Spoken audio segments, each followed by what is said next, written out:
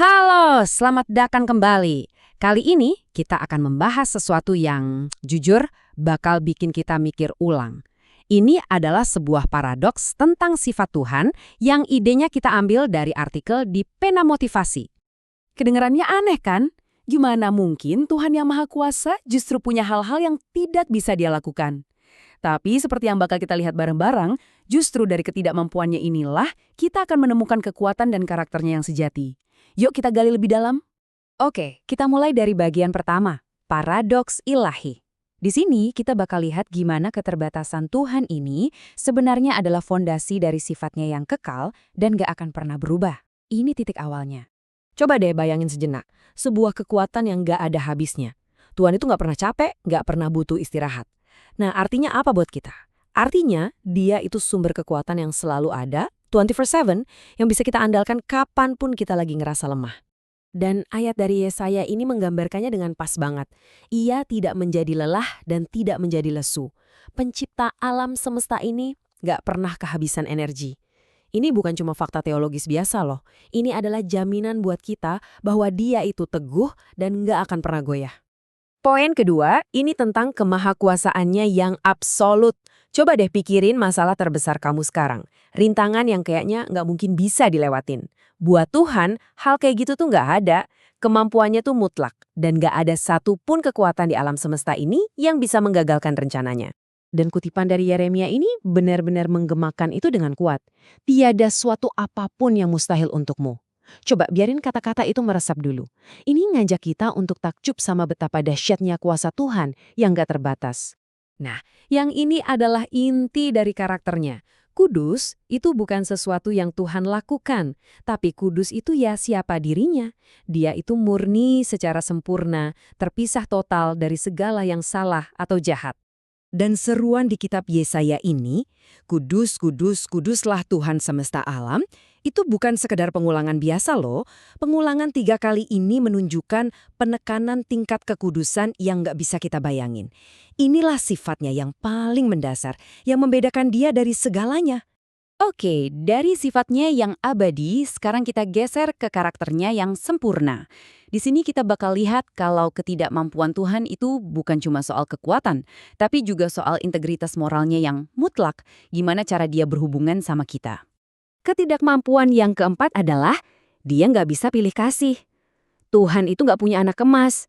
Standar keadilan yang sempurna itu berlaku sama untuk semua orang.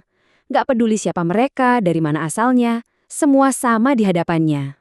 Seperti yang dikatakan di Kisah Para Rasul, Allah tidak membedakan orang. Ini sebuah pernyataan yang radikal banget kan?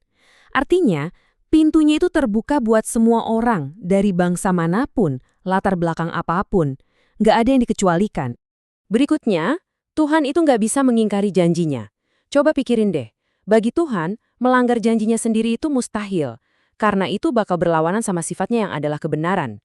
Jadi, setiap janji yang dia buat itu adalah ikatan yang nggak bisa dipatahkan. Kalau dia udah bilang, ya pasti terjadi. Dan Mazmur ini menegaskan hal itu.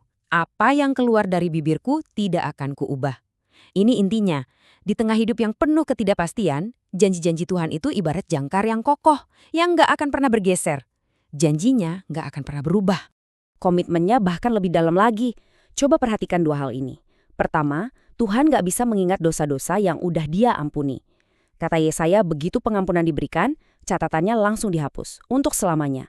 Kedua, dan ini nggak kalah kuat, Tuhan nggak bisa menjadikan kamu pecundang. Di 2 Korintus dikatakan kemenanganmu di dalam Kristus itu sudah dijamin. Kekalahan itu bukan pilihan dalam rencananya buat kamu. Sekarang, kita coba buat pembahasan ini jadi lebih personal ya. 3 ketidakmampuan terakhir ini bakal nunjukin kasih Tuhan yang begitu intim dan nggak tergoyahkan, khusus buat kamu secara pribadi. Nah, ini dia inti dari janji Tuhan yang paling pribadi. Nggak peduli seberapa sendirian atau terlupakan perasaanmu saat ini, pegang kebenaran ini. Mustahil bagi Tuhan untuk meninggalkan kamu. Kehadirannya itu konstan, selalu ada dalam hidupmu. Dan janji dari kitab Ulangan ini adalah jangkar buat jiwa kita. Ia tidak akan membiarkan engkau dan tidak akan meninggalkan engkau. Coba berhenti sejenak. Biarkan kata-kata itu meresap. Dalam janji yang sederhana ini, ada sumber penghiburan dan rasa aman yang gak ada batasnya. Coba deh, bayangin ini. Kamu itu selalu ada di pikiran Tuhan. Bukan cuma sesekali, tapi terus-menerus. Pikirannya tentang kamu itu jumlahnya lebih banyak dari butiran pasir di pantai. Dan lihat gimana Mazmur menggambarkannya. Jika aku mau menghitungnya, itu lebih banyak daripada pasir. Bayangin, kamu mencoba ngitung setiap butir pasir di semua pantai di seluruh dunia. Pikiran Tuhan tentang kamu, secara pribadi, itu jauh lebih banyak dari itu. Skala perhatiannya ke kamu itu benar-benar luar biasa. Dan kita sampai di puncaknya. Inilah ketidakmampuan Tuhan yang paling utama, yang juga merupakan janjinya yang paling kuat dari semuanya. Aku mengasihi engkau dengan kasih yang kekal. Ini adalah puncaknya. Artinya, kasih Tuhan buat kamu itu nggak didasarkan pada apa yang kamu lakukan. Kasihnya nggak berubah-ubah. Kasihnya abadi, tanpa syarat, dan nggak bisa dipatahkan. Dari semua hal yang nggak bisa dia lakukan, yang paling utama adalah ini. Dia nggak bisa berhenti mengasihi kamu. Jadi, setelah kita lihat semuanya, kesimpulannya adalah setiap keterbatasan Tuhan ini pada kenyataannya adalah janjinya yang tak terbatas untuk kita. Jadi, yuk kita rangkum. Tuhan tidak bisa, lelah, gagal, tidak kudus, berat sebelah, ingkar janji, mengingat dosa yang diampuni, membuatmu kalah, meninggalkanmu, berhenti memikirkanmu, dan yang paling penting, berhenti mengasihimu. Kalau kita lihat semuanya jadi satu, ini bukan daftar batasan. Ini adalah cetak biru dari rasa aman, harapan, dan kasih yang gak tergoyahkan. Inilah inti dari semuanya. Paradoks ini justru berubah menjadi jaminan yang paling kuat. Apa yang tidak bisa dia lakukan justru menjadi keamanan terbesar kita.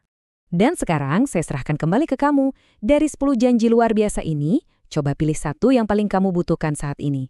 Pegang janji itu, renungkan, dan coba tanyakan pada diri sendiri, gimana kalau aku benar-benar hidup seolah janji ini 100% benar? Gimana hal itu akan mengubah caraku menghadapi hari ini? Terima kasih sudah menyimak.